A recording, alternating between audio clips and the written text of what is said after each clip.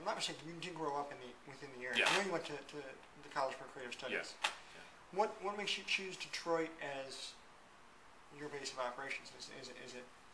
It used to be that I thought that everybody I know is, well, no, I shouldn't say that. I was spending so much time out in San Francisco, I was considering moving there, and then I was in Berlin for a little while. I was thinking of moving to Germany. But Detroit is what I know, I think. And there's this really cool, strong, creative scene here in Detroit. And people that come in, and we get a lot of people through the Russell here that come in from other countries. Yeah, sure. And they, I always ask them, is this your first time in Detroit? How long have you been here? What do you think? And they all say there's this flow here, and this, and I've always, and I think the longer I see here, the more I realize that. And it just, I don't know where I'd go where I'd feel the same way. I just kind of like the creative community here. I like the feel of Detroit. There's a Polish artist downstairs, a painter, and he pointed out that he thinks artists need, if they move to a place that's maybe a little more safe than Detroit, and you have a little bit more luxury and you're more comfortable, you lose that creative flow. And maybe that's part of it. But I just like the old buildings. I don't like that half of Detroit's deteriorating, but that does kind of, there is something cool about it. Your body of work, obviously spanning quite a few years, has commanded kind of a host of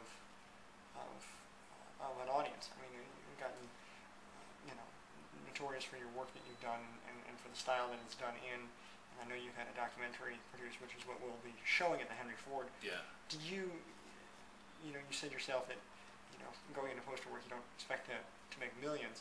Did you think that your work would have as much acclaim as it had now, or was it, when you went into it, was it No, just kind of? It was just kind of, I thought, and I'll tell you exactly what happened. I thought it would be cool if I had done a couple flyers for Rob Tyner for bands, I think Vertical Pillows and Orange Roughies, and I thought, well, it'd be kind of cool to do color posters like from the 60s again. Yeah. And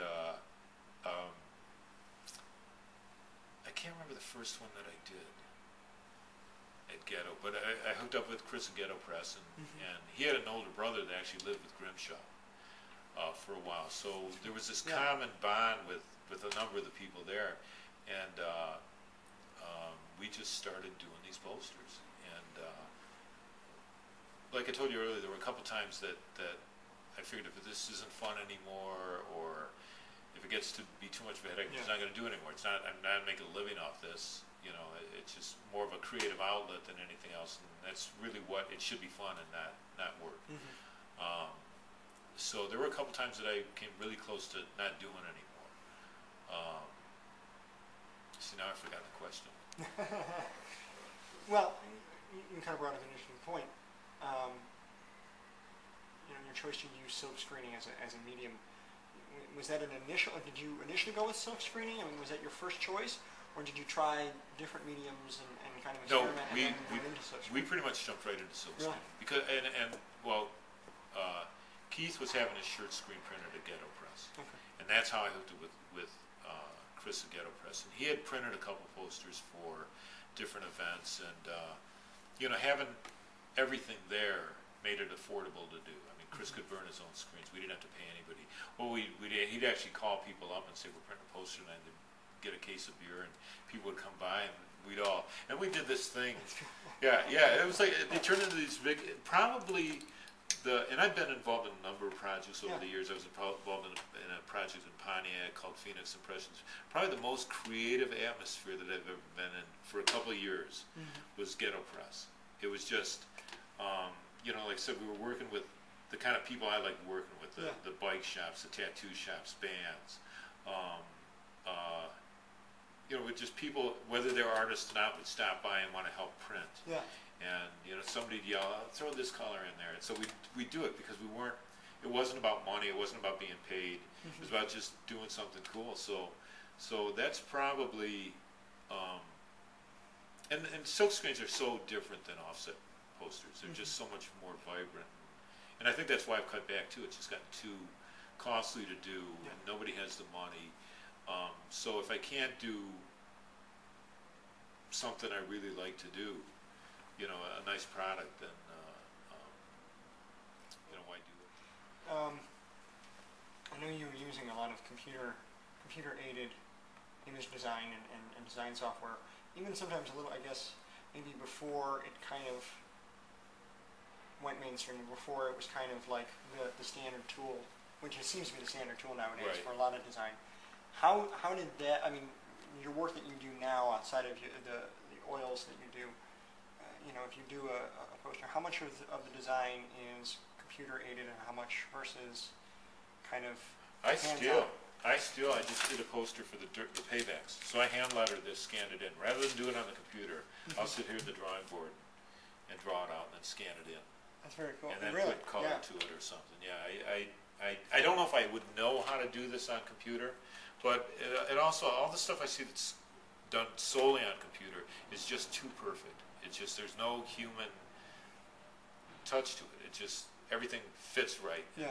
Every line is like perfect, whereas I like this kind of stuff. And you look at Gary Grimshaw's stuff, this is what amazed me about him, is a lot of it looks like he might have done this on computer, but then you look close and you see, and he was just so tight with his stuff. He was just so good at lettering, and just so good at making his lines and stuff that, you know, just mind-boggling how somebody could be that good. I'm a little bit too shaky.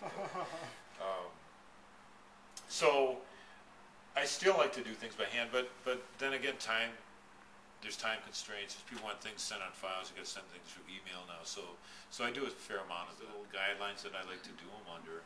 And I'm not so arrogant to think that I can't take direction or, but personally, I tend to get, in any kind of project, if someone starts telling me what to do, I start locking up and I have a problem, you know, when they get real specific. They say, why don't you do this, why don't you do this? And I personally have a problem with that. So I look at it like a band. If I hire a band to play a wedding, and I say, well, I like your stuff, but I want you to sound like this other band because I really like their stuff. So people don't realize that that artists are the same. You know, as a musician, it's the same thing. Yet I've had people tell me they want me to make something look like something. I forget what the last one was. Oh yeah, somebody wanted me to do something that looked like Peter Max. So I'm thinking, well, why don't you just hire people to do it? It's like 10 times more expensive than me. That's why. But, so back to your question about evolving. I think it's kind of a growth process and evolving. But I'm glad I'm back painting again. I like that. Yeah, I read that you set a standard for music posters. Kind of the standard size. I think it was what 17.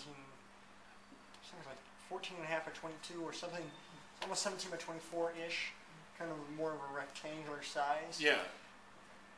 You know, when you're working with kind of that size constraint, does it get a little frustrating? Do you wish, I mean, you used to do mural work and things like that. Do you want to kind of get wider and bigger? How do you deal with it? No, I got real good. I got real comfortable with that. And the reason, when we were at Ghetto, we found out that we would do big ones. And some of these guys are doing it. If you look at, there's a Tar McPherson poster over there. No one's going to take that.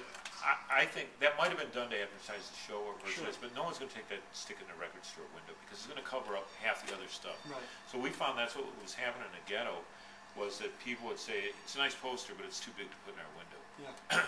So I kind of formulated this size based on a full sheet of paper. And because of cost restraints, I was trying to figure every way I could shave off a little bit of money so that we could do 4 or 5 color prints and make them affordable to